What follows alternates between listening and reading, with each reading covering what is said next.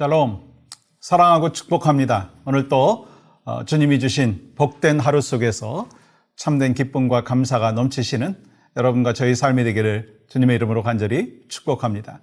함께 찬양합니다. 384장 나의 갈 길 나가도록.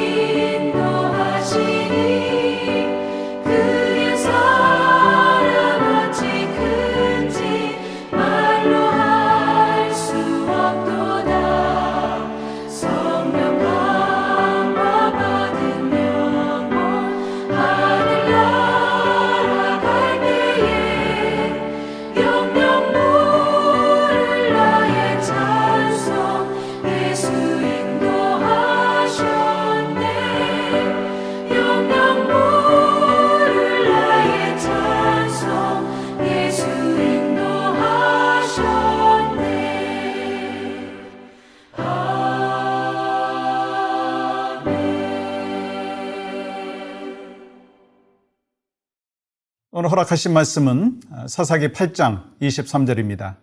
기드온이 그들에게 이르되 내가 너희를 다스리지 아니하겠고 나의 아들도 너희를 다스리지 아니할 것이요 여호와께서 너희를 다스리시리라 하니라. 우리는 무엇인가를 시작할 때 참 멋지게 시작할 때 많죠. 근데 시작할 때도 참 중요하지만 과정도 중요합니다. 그리고 더 중요한 게 뭔지 아시죠? 마무리예요. 그렇다면 어떻게 아름다운 마무리를 할 수 있는가? 오늘 말씀을 통해서 살펴보기를 원하는데 먼저 중요한 것은요. 우리가 마무리를 잘 하기 위해서 중요한 사실을 알아야 되는 것, 그 하나는 인생에는 항상 시험이 찾아온다는 거예요. 그렇다면 어떤 시험이 찾아옵니까? 두 가지예요. 테스트와 템프테이션. 먼저 테스트, 즉 시련이 오면 우리는 하나님의 지혜를 구하고 흔들리지 않는 견고한 믿음을 구하고 그 시련을 극복해야 돼요. 그러면 기드온이 경험한 이 템프테이션은 어떻게 해야 되느냐라고 하는 거예요. 먼저 우리가 알아야 될 것은요. 시험은 언제나 누구에게나 존재한다는 거예요. 즉 어느 때든지 누구에게든지 시험에서 자유로운 사람은 한 사람도 없어요. 목사도 장로도 모태신앙도 갑자기 예수 그리스도를 구주로 영접하고 성령 충만한 가운데 있는 사람도 시험이 찾아올 수 있다는 거예요. 여러분 기드온의 삶이 그것을 증명합니다. 왜 하나님은 우리가 가는 믿음의 길에 시험을 남겨놓으셨는가? 그 이유는 간단하더라고요. 여러분과 저에게 왜 인생의 여정 가운데 믿음의 여정 가운데 시험을 주시는가? 그거는 이유가 간단해요. 인생의 마지막까지 하나님만 의지하게 하기 위함이라는 거예요. 여러분 만약에 우리의 인생에 탄탄대로만 펼쳐진다면 우리는요 하나님을 의지하지 않을 거예요. 하나님께 한번 헌신하고 나서 길이 잘 항상 풀린다면 하나님을 더 이상 찾지 않을 수도 있습니다. 하나님께서는 그것을 아셨기 때문에 우리가 믿음의 길을 가는 동안에 시험을 허락하시는 거예요. 그러므로 우리는 항상 하나님을 의존해야 합니다. 과거에 헌신했던 거, 이 과거에 성경 공부했던 거, 과거에 은혜 받은 거, 더 이상 그것에 대해서 자랑할 것이 아니라 지금 현재 하나님을 의지해야 한다라고 하는 거예요. 왜냐하면 우리 삶에서 시험은 아주 교묘하게 다가오기 때문입니다. 인류에게 처음으로 다가온 시험, 아주 교묘했죠. 여러분, 사탄이 다가오기 전까지 하와에게는 아무런 문제가 없었어요. 하와는 참으로 만족했습니다. 환경이나 하나님과의 관계도, 남편과의 관계도 모두 좋았어요. 근데 사탄은 너무나도 교묘하게 하와의 마음을 뒤흔들어 놓고 결국 죄에 빠지게 만드는 거예요. 그것이 아담에게까지 이어지는 것을 보게 됩니다. 여러분, 사탄은 그 짓을 지금까지 계속하고 있어요. 그렇기 때문에 계속해서 우리에게 다가오는 이 사탄의 시험, 간단하지도 쉽지도 않습니다. 기드온에게 다가온 시험은 아주 교묘했습니다. 에봇은 제사장만 입을 수 있는 것임에도 그것을 또 알면서도 제사장들이 제대로 감당하지 못하는 것을 보고 자신이 제사장 역할을 하는 것 더 나을 수 있다고 생각해갖고 에봇을 만들고 입었습니다. 그리고 그 에봇을 실루에 갖다 놓았다면 좋았을 것을 그는 타협을 하죠. 그리고 그것을 지켜보면서 아마 가끔씩 꺼내서 입었을 거예요. 큰 공을 세웠는데 이까지 에봇쯤이야. 근데 그것이 올무가 되어서 그 집안과 이스라엘이 멸망했어요. 여러분, 우리에게 다가오는 시험은요, 젊은 날에만 찾아오는 것이 아니더라고요. 일생 가운데 언제나 어디서나 무엇을 하든지 계속해서 찾아오는 것을 기억하시기 바랍니다. 그렇다면 여러분 삶에 계속해서 찾아오는 시험을 어떻게 이길 수 있을까요? 여러분, 그 방법이 있어요. 저 같은 경우는요, 내가 누구인지를 계속해서 리마인드 합니다. 그때 시험을 이길 수 있더라고요. 제가 목회자인 것을 계속해서 기억할 때 말을 절제하게 되고 욕심을 절제하게 되고 그렇게 살아요. 마찬가지예요. 우리 모두는 내가 하나님의 백성임을, 성도임을 기억해야 합니다. 언제 어디서든지 내가 성도임을 기억할 때 말과 행동이 하나님의 뜻에서 벗어나지 아니하고 죄의 유혹에 빠지지 않게 되는 거예요. 사실은 이보다 더 성경적인 방법이 있다면 진리의 말씀 안에 거하는 거예요. 야고보서 1장 8절 이렇게 말씀하시죠. 그가 그 피조물 중에 우리로 한 첫 열매가 되게 하시려고 자기의 뜻을 따라 진리의 말씀으로 우리를 낳으셨느니라. 우리를 말씀으로 낳았기 때문에 말씀 안에 거해야 합니다. 또한 인생 속에서 유혹에 실패했던 다윗은요, 이렇게 결단합니다. 시편 119편 11절 내가 주께 범죄하지 아니하려 하여 주의 말씀을 내 마음에 두었나이다. 다윗은 말합니다. 주의 말씀을 내 마음에 두었다는 거예요. 시험을 이기기 위해서 주의 말씀을 소중히 내 마음에 두었다라고 하는 거예요.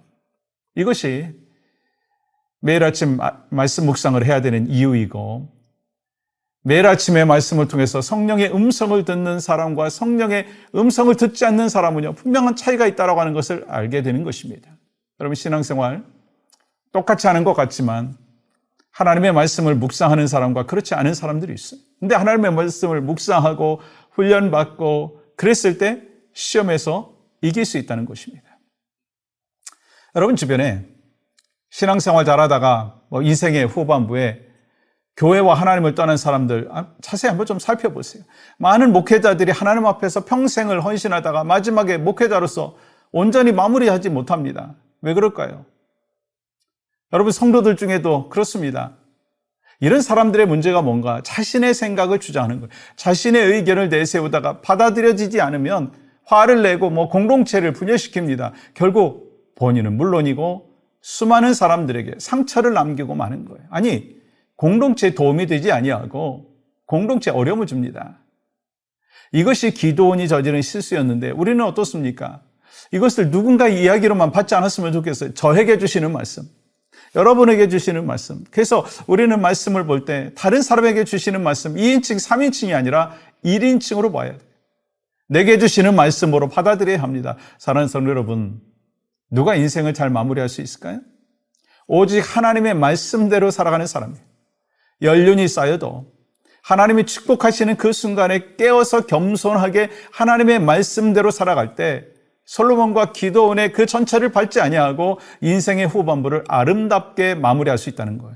하루의 마지막을 아름답게 마무리하고 한 달의 마지막을 아름답게 마무리하고 1년을 마무리할 수 있다는 거예요. 아름답게. 그래서 우리는 사도 바울과 같이 인생의 마지막에 이런 고백을 할 수 있기를 소망합니다. 아름다운 마무리를 한 후에 디모데후서 4장 7절 나는 선한 싸움을 싸우고 나의 달려갈 길을 마치고 믿음을 지켰으니 8절 이제 후로는 나를 위하여 의의 면류관이 예배되었으므로 주 곧 의로우신 재판장이 그날에 내게 주실 것이며 내게만 아니라 주의 나타나심을 사모하는 모든 자에게도니라. 이러한 바울의 마지막 모습이 저는 여러분과 저의 모습이 되기를 원하고 우리 후손들의 모습이 되기를 원하고 우리 교회의 모습이 되기를 원하고 그리고 특별히 이 땅에 참된 크리스찬의 삶을 살아가는 모든 하나님의 백성들의 삶의 마지막에 고백이 되기를 원합니다. 우리 함께 마지막으로 기도하겠습니다. 함께 기도할 제목은 인생에 찾아오는 시험을 우리가 겪을 때 또 시험이 있을 때 깨닫게 하여 주시고 하나님의 말씀으로 이길 수 있게 하여 주시옵소서. 2025년 하나님의 꿈과 비전으로 시작하고 있는데 아름다운 마무리를 하게 하여 주시옵소서. 오 주님, 오늘 또 특별한 은혜로 우리에게 생명 주시고 강건함을 주시니 감사합니다. 우리가 온전히 하나님 앞에 기쁘며 영광을 올려드리는 귀한 믿음의 종, 시작을 멋지게 했다고 해서 자만하지 아니하게 하시고 과정 가운데 찾아오는 그 시험도 말씀으로 능히 극복해 나가는 믿음의 용사들 되어질 수 있도록 인도하여 주시옵소서. 예수님의 이름으로 기도합니다. 아멘.